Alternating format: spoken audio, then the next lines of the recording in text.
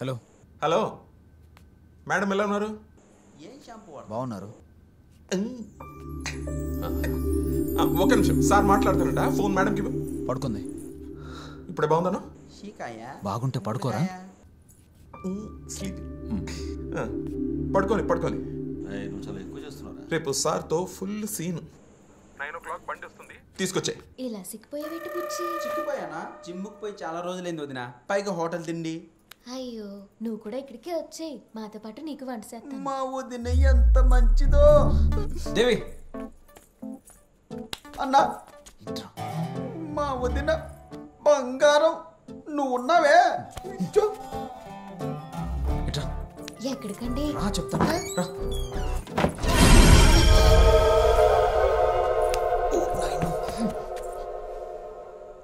ఒక చిన్న హెల్ప్. ఏంటి? రేపు పొద్దున్నే షూటింగ్కి రమ్మంటున్నారు. ఓ పక్క మా ఫ్యామిలీ మొత్తం ఇక్కడే ఉంది. 1 week ఉంటారంట. ఇలాంటి టైంలో షూటింగ్ అంటే ఎలా కుదురుతుంది? ఏదో ఒకటి చేయవా ప్లీజ్. అది నీ ప్రాబ్లం.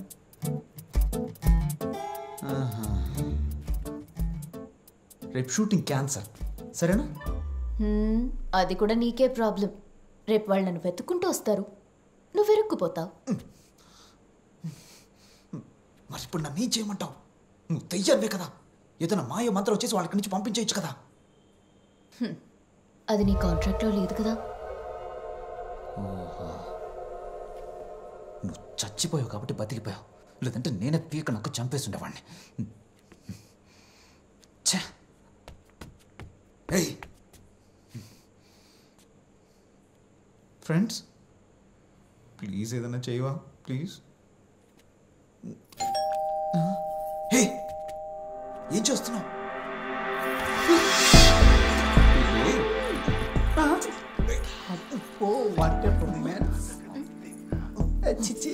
ఎవడ్రా నువ్వు? ఏం చూస్తున్నావు? నేనా? దుబాయ్ అలాగే దుకాణం బయట పెట్టారు.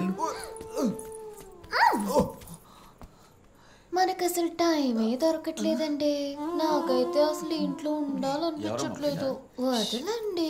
అబ్బా గుచ్చుకుంటుందండి ప్లీజ్. వీళ్ళు వచ్చావా చూసావా పోయావా అని లేకుండా వారం రోజులు ఇక్కడే ఉంటే ఎలాగండి? కొత్తగా పెళ్ళైనోళ్ళు సంతోషంగా ఉండాలని బుద్ధుండద్దా వాళ్ళకి? సూపర్.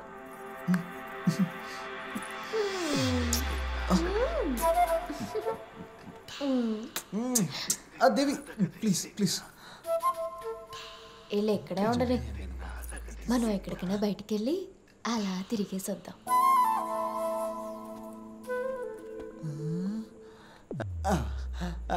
రేపు 9 గంటలకల్లా రెడీగా ఉండు, మనం వెళ్ళిపోదాం. రేపెందుకు, ఇప్పుడే వెళ్ళిపోదాం. హలో,